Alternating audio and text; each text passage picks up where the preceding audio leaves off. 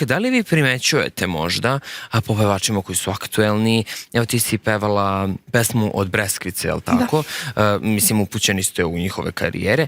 Da li, ne sam konkretno njena karijera, ali da li ste primetili možda da neki pevači, ovi mlađi koji slušaju vaše generacije, ja baš kod da se neki osjećam, da su oslabili po kvalitetu zvuka, po uticaju na omladinu i generalno svoj publiku? Neki jesu, a neki su ostali.